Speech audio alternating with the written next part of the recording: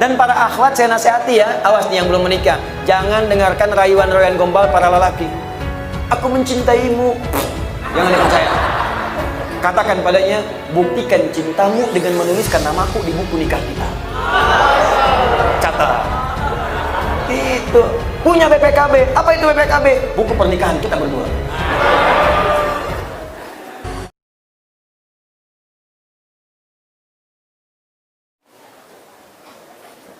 Assalamualaikum. Waalaikumsalam warahmatullahi wabarakatuh. Boleh enggak Ustadz ketika sujud kita membaca doa apa yang kita inginkan, terutama pada saat sujud terakhir? Boleh. Apa dalilnya? An Ibnu Abbas radhiyallahu taala anhuma qala Rasulullah sallallahu alaihi wasallam, perhatikan, innama aqrabul abdi min rabbih wa huwa sajidun fa aktsirud du'a. Keadaan terdekat antara seorang hamba dengan Tuhannya adalah saat sujud, maka perbanyak doa saat sujud. Apalagi dalil Qur'annya? Quran surah ke-48 ayat ke-29.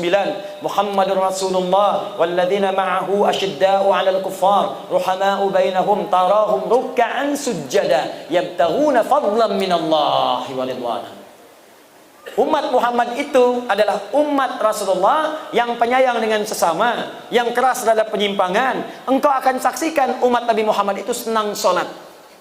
Jadi kalau ada mengaku umat Nabi Muhammad tak mau sholat, dipertanyakan dia umat Nabi Muhammad atau bukan.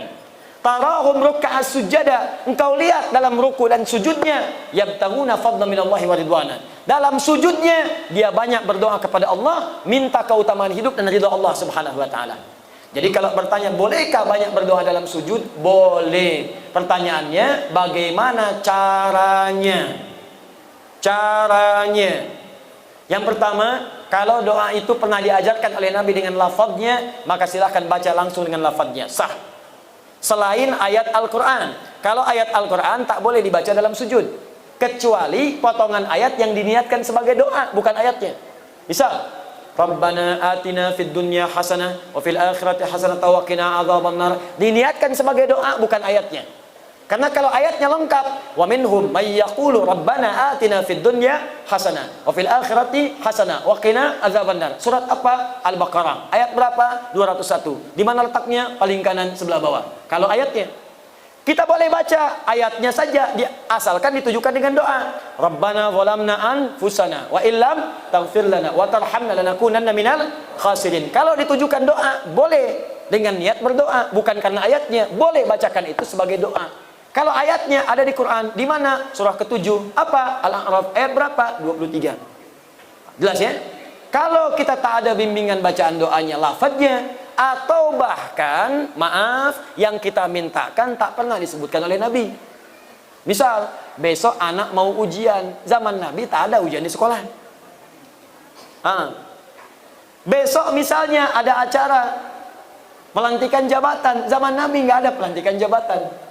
Kita mau sholat malam tahajud, mau berdoa, apakah boleh berdoa dalam sujud? Minta, ya Allah lancarkan proyek saya besok, lancarkan bisnis saya, ringankan tugas beban jabatan saya, luluskan anak saya, cucu saya dalam ujian. Bolehkah? Boleh. Tapi yang paling sharih tak perlu dilafadzkan, cukup dalam hati saja. Jelas? Apa dalilnya? Bisa kita ambil diantaranya Quran surah ke-7 Al-A'raf ayat 205. Wadhkur rabbaka fi nafsika tadarruan wa khifatan wa dunal jahri minal qaul. Silakan sebut nama Rabbu, minta kepada Allah dalam jiwamu walaupun tak dilafadzkan. Minta dengan khusyuk, minta dengan penuh harap. Jangan kemudian kau terlampau keras memintakannya, cukup dalam hatimu, hadirkan, mintakan. Begitu dihadirkan, ada terjawab.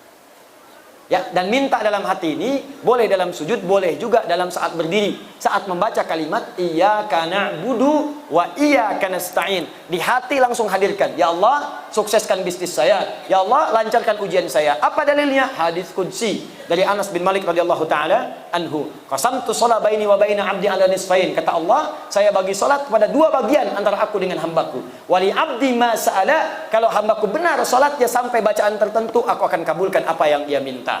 Sampai pada kalimat wa idza qala al-'abdu iyyaka na'budu wa iyyaka nasta'in, Kalau seorang hamba dalam sholatnya berkata, iyyaka na'budu wa iyyaka nasta'in, qala Allah azza wa jalla, langsung dijawab oleh Allah, hadza baini wa baina abdi. Ini perjanjian, komitmen antara aku dengan hambaku. Wali abdi, kalau hambaku benar sholatnya sampai bacaan tadi, iyyaka na'budu wa iyyaka nasta'in, qala Allah azza wa jalla. Lihat jawaban Allah, wali abdi ma sa'ala. Apapun sekarang yang dia minta, aku akan kabulkan.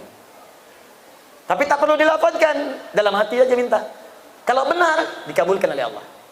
Jelas di sini? Wallahu taala a'lam bis-shawab. Ustaz, saya seorang mahasiswa. Semester awal dan pengamat menikah muda. Doakan saya agar dimudahkan dan segera bertemu dengan jodoh saya. Masya Allah. Kalau ingin bertemu jodoh, jangan selalu jadi pengamat. Nah, ini pengamat menikah muda tapi tak dapat jodoh.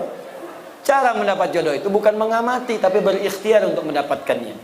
Ya, kenali, ta'aruf, cari sesuai dengan ukuran Nabi. Tak kenal maka ta'aruf, bukan tak sayang. Tidak semua kenal itu mesti sayang. Bapak kenal dengan istri tetangga kan tidak harus sayang. Tak kenal maka ta'aruf, tak tahu maka berkenalan. Cara ta'aruf yang baik untuk mencari jodoh banyak dari Nabi. Tunkahul mar'atu li arba'in. Kalau ingin cari jodoh perempuan itu lihat pada 4 halnya. Perempuan ke laki-laki juga demikian, lihat 4 halnya. Pertama, li jamaliha, jamaliha. Ingat, bukan jamil, bukan jamilah, jamal. Kalau jamil ganteng, lihat gantengnya. Kalau jamilah cantik, lihat cantiknya. Jamil ganteng, Saiful ganteng, Saiful jamil. Jamilah cantik, Mulan cantik, Mulan jamilah. Tapi kalau jamalah itu adalah penampakan keindahan yang terpampang pada warasnya, pada parasnya. Di bagaimana kalau ditatap jadi senang? Kata orang cantik itu relatif, jelek itu mutlak. Tapi ada orang yang wajah biasa, tapi kalau ditatap indah, enak, suaranya merdu. Memang parasnya 100%, tapi cerewetnya 1000%. Nah enak juga. Coba Sayyidah Khadijah, istri Nabi, dengan Sayyidah Zainab binti Jahsy, cantik mana di antara itu? Bagus. Kalau tahu saya akan tanya, sudah pernah lihat? Kata orang, cantik paras itu Sayyidah Zainab. Mata kalau melihat tak berkedip, wajah tak berpaling. Tapi yang disebut dalam mimpi Nabi Sayyidah Khadijah. Lihat Al-Bukhari, Kitab Bad'ul Wahyi, nomor hadis yang keempat sampai 5, dari kanan sebelah bawah sampai kiri atas. Nabi pernah turun dari Gua Hira, belum ada wahyu setelah periode Iqra. Di tengah jalan siang-siang tiba-tiba ada suara, Muhammad, Muhammad, Muhammad. Tengok kanan kiri kosong, depan belakang tak ada orang. Tengok atas ada sosok seperti duduk bainas sama'i wal ardi memanggil Muhammad, Muhammad. Bapaklah keluar dari dangung-dangung ini. Siang-siang kosong tak ada orang.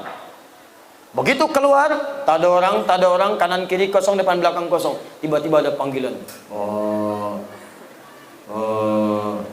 Nengok atas jubah putih rambut gondrong. Jubah putih rambut gondrong sambil begini, Pak. Kira-kira apa yang dilakukan? Kata Nabi, faru'ibtu minhu, saya pergi meninggalkan tempat itu dengan cepat dengan keadaan takut. Tapi yang dahsyat, datang pulang sampai rumah bertemu dengan Sayyidah Khadijah. Begitu dibuka melihat wajah Sayyidah Khadijah, hilang setengah ketakutannya.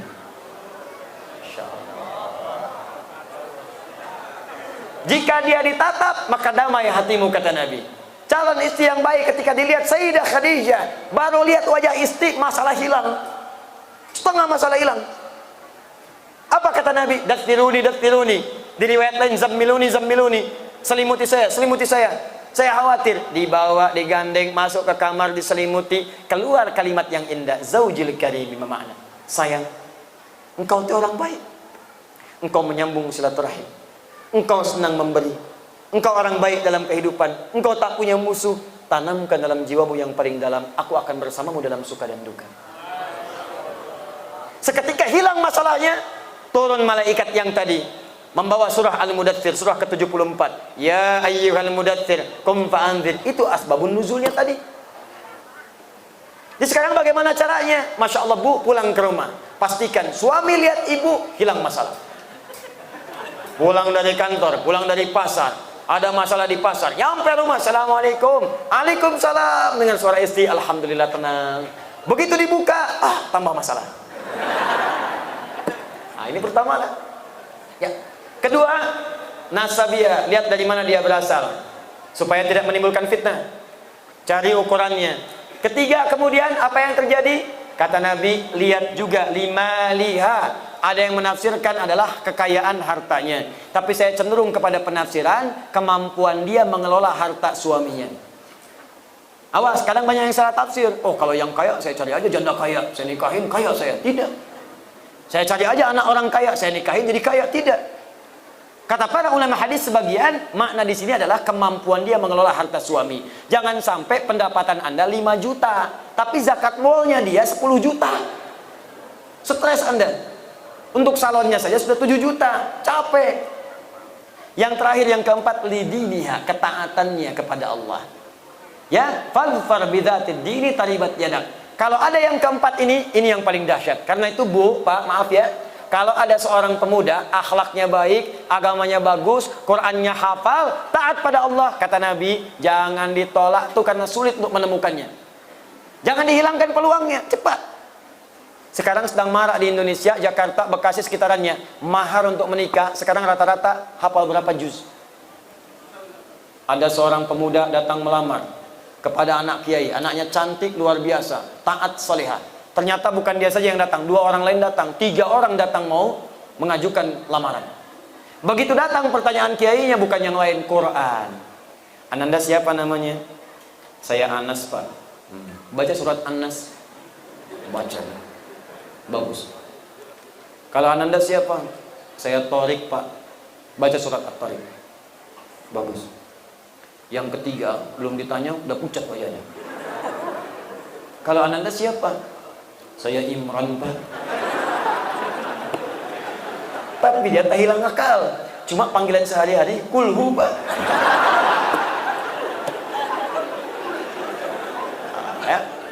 Coba carilah yang seperti itu.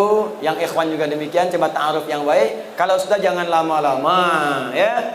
Lamar dengan baik. Doa malamnya istikharah. Nampak dia, besoknya lamar. Doakan, sentuhlah ia tepat di hatinya. Maka ia akan jadi milik untuk selamanya. Bikin status.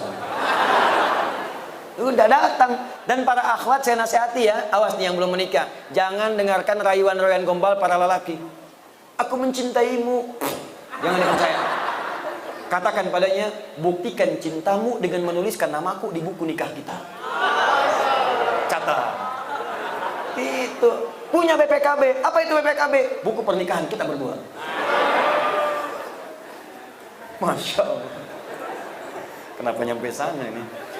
Dah, 3 menit lagi saya jawab. Bismillahirrahmanirrahim. Ustadz, bagaimana caranya kita berdoa kepada Allah supaya hati kita tenang, hati kita terang? Caranya yang berdoa. Minta kepada Allah supaya diterangkan hati. Bagaimana caranya? Yuk kita mulai beberapa bagian dari Al-Quran. Pertama, tingkatkan zikir kepada Allah.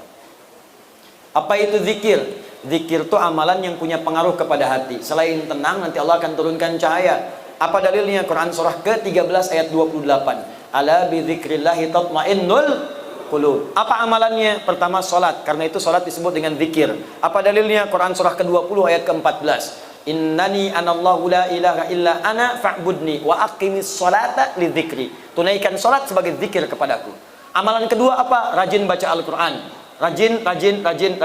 Datang surau, baca Quran. Pulang kamar, baca Quran. Walaupun tak harus panjang-panjang, konsisten bacakan. Maka Allah akan berikan hidayah dan kemuliaan. Apa dalilnya? Quran surah 15 ayat 9. Inna nahnu nazzalna dzikra wa inna lahu lahafidhun. Kami yang telah turunkan Al-Quran sebagai zikir. Jadi baca Quran itu zikir. Amalan ketiga, mulai menghafal walaupun ayat-ayat pendek. Menghafal Quran itu bagian dari zikir. Apa dalilnya? Quran surah ke-54 ayat ke-17, ayat ke-22, ayat 32, ayat ke-40. Walaqad yassarnal Qur'ana lidzikri fahal mim muddakir. Kami telah mudahkan Al-Quran yang bisa digunakan sebagai zikir untuk dihafalkan. Baca maka akan terbuka segala kemuliaan. Ada lagi yang zikrullah, sebut nama Allah. Ya Abud, ya Allah, ya Rahman, ya Rahim, al-asmaul husna. Apa dalilnya? Quran surah kedua Al-Baqarah ayat 152. Fadhkuruni adzkurkum. Zikir kepadaku, aku akan menyebut namamu. Bagaimana cara berzikirnya? Quran surah ke-17 ayat 110. Qulid Allah, sebut nama Allah. Ya Allah, ya Allah, ya Allah. Awir Rahman atau Ar-Rahman, Ar-Rahman, Ar-Rahman. Ayyamma tad'u falahul asmaul husna, atau sebutkan nama-nama Allah dari al-asmaul husna. Terakhir sebut dengan kalimat thayyibah, subhanallah, alhamdulillah, Allahu akbar. Hadis Muslim dalilnya, nomor hadis 571. Apa dalil Qur'annya? Quran surah keempat ayat 103. Fa idza qadaitumus salata, jika Anda selesai menunaikan salat, fadhkurullaha, cepat berzikir kepada Allah. Ada lagi zikir spesial. Kalau ini bisa dilakukan, maka Allah akan menjaga Anda dari perbuatan maksiat dan dibukakan segala hal-hal yang buruk dalam kehidupan untuk dijauhi. Apa zikirnya? Istighfar sebelum subuh. Sebelum tiba subuh, tahajud, tunggu subuh, istighfar. Astaghfirullah, astaghfirullah, astaghfirullah, astaghfirullahalazim alladzi la ilaha illa huwal hayyul qayyum wa natubu ilaih. Apa dalilnya? Quran surah 51 ayat 18, paling kanan pertengahan. Wabil ashari hum yastaghfirun. Allah taala alam bisawab.